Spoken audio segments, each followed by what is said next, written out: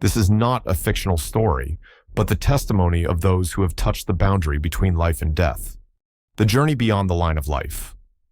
John Miller, 42 years old, was a civil engineer living in the suburbs of Denver, Colorado. His life seemed stable: a two-story house, a gentle wife named Laura, and two young children of school age. But if one looked closer, there was something missing in John. He was a practical man, placing his trust solely in science and calculation. He believed in blueprints, numbers, and the solid, concrete structures he created. For him, religion was nothing but blind faith, and death was simply the end. Every morning, John woke up at 5:30. The alarm rang sharply, cutting through his unfinished dreams. He reached to turn it off, feeling the cold wooden floor beneath his bare feet. In the kitchen, the rich aroma of coffee spread from the machine, as if pulling him into the familiar rhythm of life. Laura often left him a hot cup of coffee along with a few slices of toast, crunchy at every bite, and a little note on a sticky paper. "Have a good day." John smiled faintly each time he saw the note, but that smile quickly vanished when he opened his laptop, sinking into emails and construction drawings. To him, family was important, but work always occupied most of his life. He believed that by building bridges that connected two shores, he was leaving behind a legacy more real and tangible than any metaphysical belief. John was a strong man, but deep inside, he carried an obsession from his teenage years. At 16, his father, a miner, died suddenly in a mining accident. That day, John still remembered the smell of coal dust in the air, the shrill sound of the alarm, and his mother's dazed eyes when she received the news. That death left a great void in John. He refused to believe in souls or fate. Instead, he told himself that the world consisted only of science, and accidents were the result of miscalculations. "If there is a God," he once told his friends, "then why did he let my father die like that?" From then on, John became dry and detached from anything spiritual. He avoided churches, did not take part in rituals, and when hearing anyone talk about the afterlife, he only gave a faint smirk. To him, death was the final full stop, the extinguishing of the brain. Nothing more, nothing less. The atmosphere before the incident. That afternoon, one day in October, Denver was cloaked in autumn skies. Yellow leaves scattered across the sidewalks, the wind sweeping through the trees, creating a rustling sound, like whispers. John was driving home after a construction survey in the mountains. In the car, the radio played an old country song. The sound of the guitar reminded John of his childhood, when his father often played music for the family. A wave of emotion flickered through him, but he quickly brushed it aside, focusing on the winding mountain road ahead. The sky gradually turned reddish-orange, the sunset reflecting on the windshield. The mountain breeze carried a chill, and the resinous scent of pine seeping through the window cracks into the car. John gripped the steering wheel tightly, a little tired after a long day. In his mind, a thought suddenly flashed. Why am I doing all this work for? Bridges, drawings. Are they really important when one day it will all end? The question came and went, as fleeting as the wind, but left behind a gloomy trace in his heart. The premise for the incident. When John turned onto a deserted stretch of road, the sun had fully set, and darkness descended upon the forested mountains. His headlights cast a cold white beam into the dense night. Suddenly, a deer darted out from the roadside, its eyes reflecting in the light, glowing like two fiery sparks. Startled, John jerked the wheel. The tires screeched piercingly against the pavement. The sound of sudden braking, the crash of metal. Everything echoed in the silent night. In that moment, it was as if time stopped. He felt his body flung forward, the seatbelt tightening across his chest until he could hardly breathe. The sound of shattering glass, the acrid smell of gasoline and smoke rising, blending with the metallic tang of blood seeping at the corner of his lips. John's head spun, his vision blurred. The radio still played faintly, the singer's voice echoing as if from another world. He could hear his heartbeat pounding, then slowing, slower, until only a heavy emptiness enveloped everything.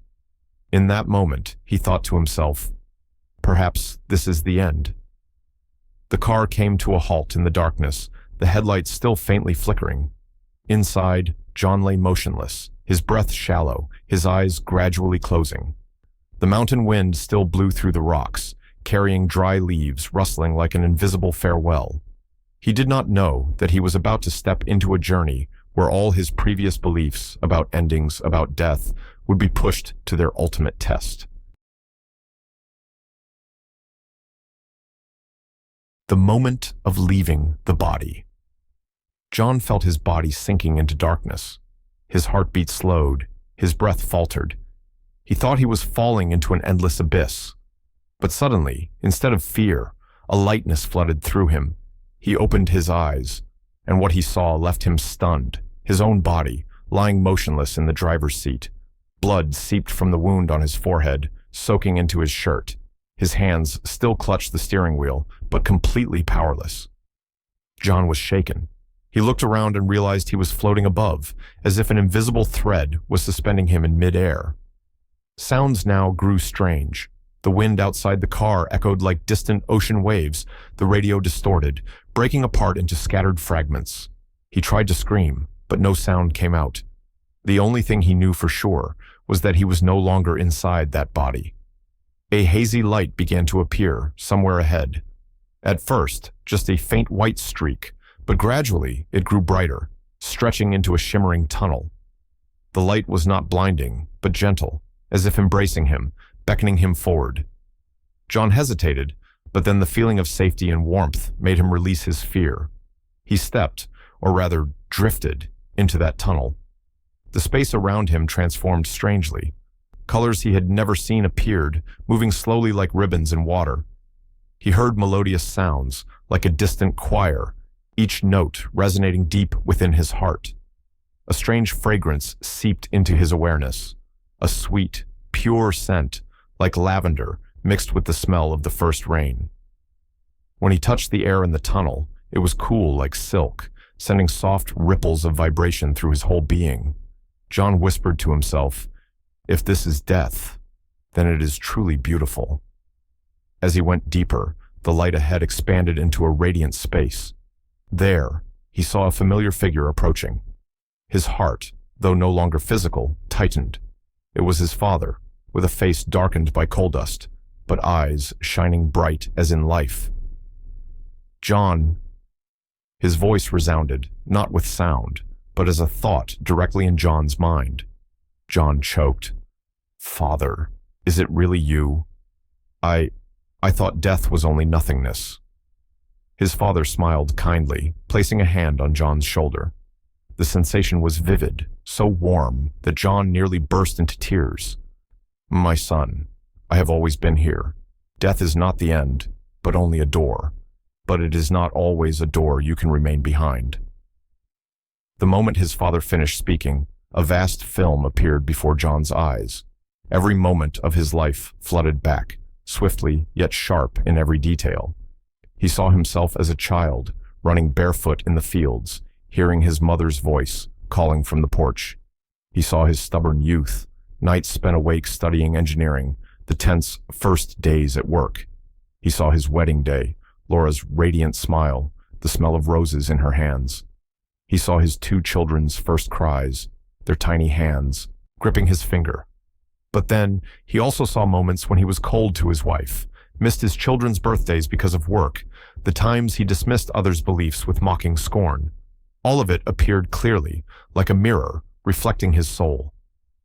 John fell to his knees, overwhelmed. "I was wrong so many times. I never believed that everything I did could matter so much." His father placed a hand on his head, his eyes filled with love. "No one is perfect, John, but you still have a chance, if you want it." The call to return. As John lingered in emotion, another sound arose, a voice, faint but urgent, echoing from afar. John, can you hear me? Don't leave me." It was Laura's voice. The radiant space began to tremble. The gentle light slowly receded, replaced by a heavy pull, as if a cord was dragging him backward. John panicked, turning to his father. "Father, I don't want to leave. It's so peaceful here. I don't want to go back to that place of pain." His father gripped his hand tightly, his eyes both sorrowful and tender. "My son, you are not finished.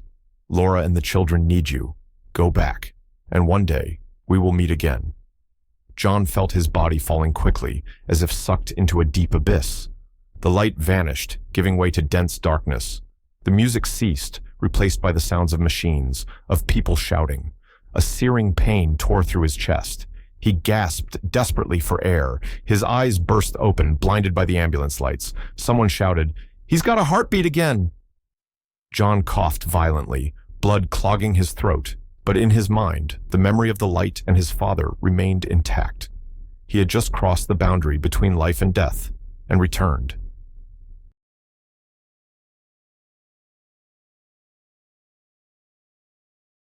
The moment of awakening. John opened his eyes in the stark white hospital room. The fluorescent lights shone down, forcing him to squint. The pungent smell of antiseptic filled the air, and the steady beep, beep of the heart monitor echoed in his ears. His body ached as if it had been crushed. Each breath stretched his chest painfully, like thousands of needles piercing him. His head was heavy, but his consciousness gradually grew clear. He turned his face to the side and saw Laura, his wife, resting her head on the edge of the bed, her eyes swollen red from crying. Her hand still clutched his, trembling but resolute. John whispered hoarsely, "Laura." Laura jerked upright. In an instant, her eyes widened in shock, then overflowed with joy as tears streamed down her cheeks. "John, oh my God, you're awake. I was so afraid I'd lost you forever." He tried to squeeze her hand, but his strength was too feeble. Even so, just feeling the warmth of her palm, John knew he had truly returned to life. The days of recovery. The road to recovery was not easy. John had to undergo several surgeries, broken ribs, a mild brain injury, and countless tubes connected to his body. Every morning, the squeak of nurses' carts rolled down the hallway. The bland smell of watery hospital porridge lingered with salt, and the constant aches throughout his body left him nearly exhausted. Some nights, John jolted awake in cold sweat, his heart pounding from the haunting memory of leaving his body. Yet strangely, inside, he no longer felt despair. Instead, he carried a serenity he had never known. John often closed his eyes, recalling the gentle light of the tunnel, remembering his father's face. Each time the memory returned, his physical pain seemed to soften, giving him more strength to endure. Laura noticed the change in her husband. Before, John was irritable, restless with work, always shadowed by pressure. But now, even while confined to a hospital bed, he was calm, his eyes warmer, his voice gentler. A transformed soul. When he had recovered somewhat, John began telling Laura about his near-death experience. He described every detail, the moment he saw his body from above, the tunnel of light, the harmonious music, and the meeting with his father. Laura listened intently, her eyes wide. At times, she trembled as she wiped away tears. "Are you sure it wasn't just a dream, John?" she asked softly. He nodded, his gaze unwavering. "Laura, I've never been so certain of anything in my life. I truly left my body, and Father told me I had to return, for you and the children." From that day on, John began writing down everything he remembered. Each word he wrote was like holding onto a thread that tied him to the other side, and also a reminder of the second chance he had been given. Rebirth in the family. When he finally returned home, John felt his house strangely different.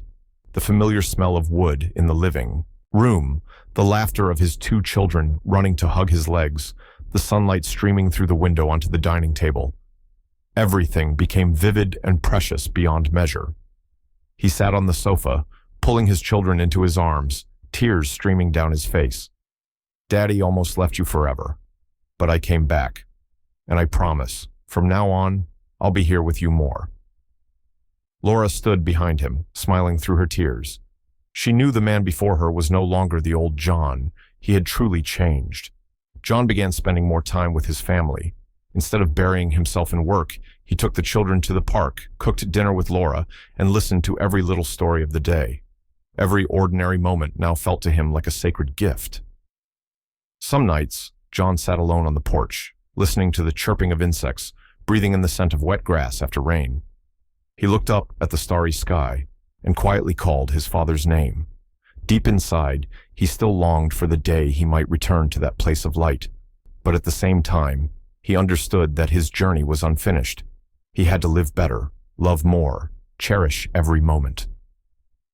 Death is no longer frightening, he thought. What is truly frightening is not living fully when we still have the chance. John had returned from death, carrying in his heart the eternal memory of light and love. That experience not only saved him from the accident, but also saved his soul, allowing him to be reborn within this very life. But would those memories fade with time, or would they continue guiding him toward unexpected new paths? The passing years. After the incident, John's life felt as though it had been rewritten from the beginning. He returned to work, but no longer threw himself into it as before. Instead, he spent time on simple things, taking the children to school, planting a few rose bushes for Laura in the garden, and going fishing with the whole family at the lake on weekends. Laughter filled the small house more often. Laura would often look at her husband, her gaze warm, knowing that his change was the greatest gift the accident had brought.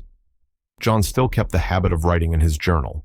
The pages gradually yellowed, preserving fragments of memory, the light, the tunnel, the distant music, and his father's face.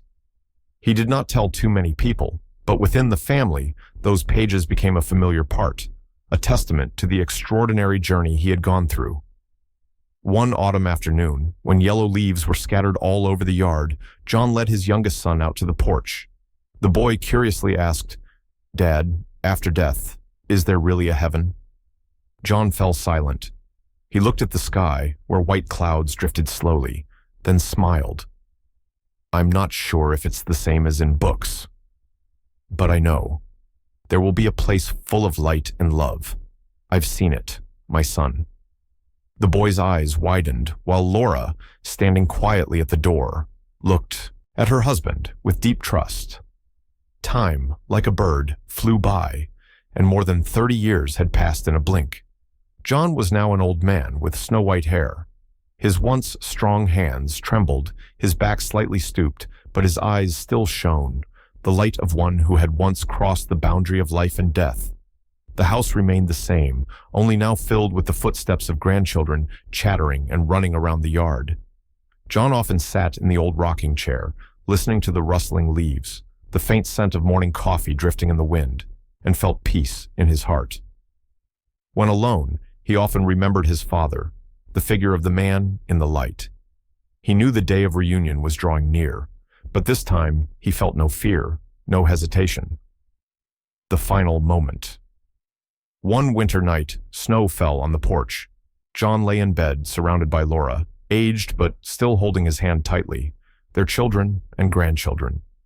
The air was quiet, broken only by the slow ticking of the clock on the wall. John breathed softly, a sense of relief spreading through him. He looked at each beloved face and smiled. "I will always be with you." His voice whispered, weak but clear. In the moment he closed his eyes, John once again heard music, not the sound of machines or the wind, but the gentle symphony he had once heard long ago. Before his eyes, the familiar light opened again, vast, radiant, and warm. His father stood there, still wearing the kind smile, reaching out his hand. "My son, it's time to come home." John stepped forward. No more heaviness, no more pain. He was like a stream returning to the ocean, dissolving into the light, into eternal love. The legacy left behind.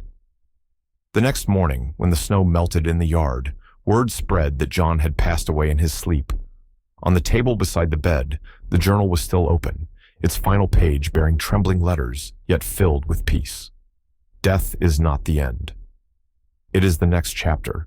Live fully while you can, for love will go with us, across every boundary. Laura closed the journal, pressed it to her chest. She wept, but not out of loss, rather, because she knew her husband had left in serenity. And now, he had truly returned to the place he had always longed for.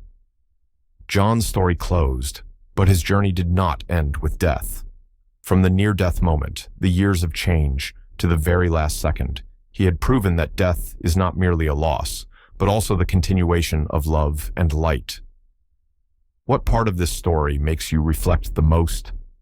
Share your thoughts in the comments and follow along as we explore more mysterious journeys together.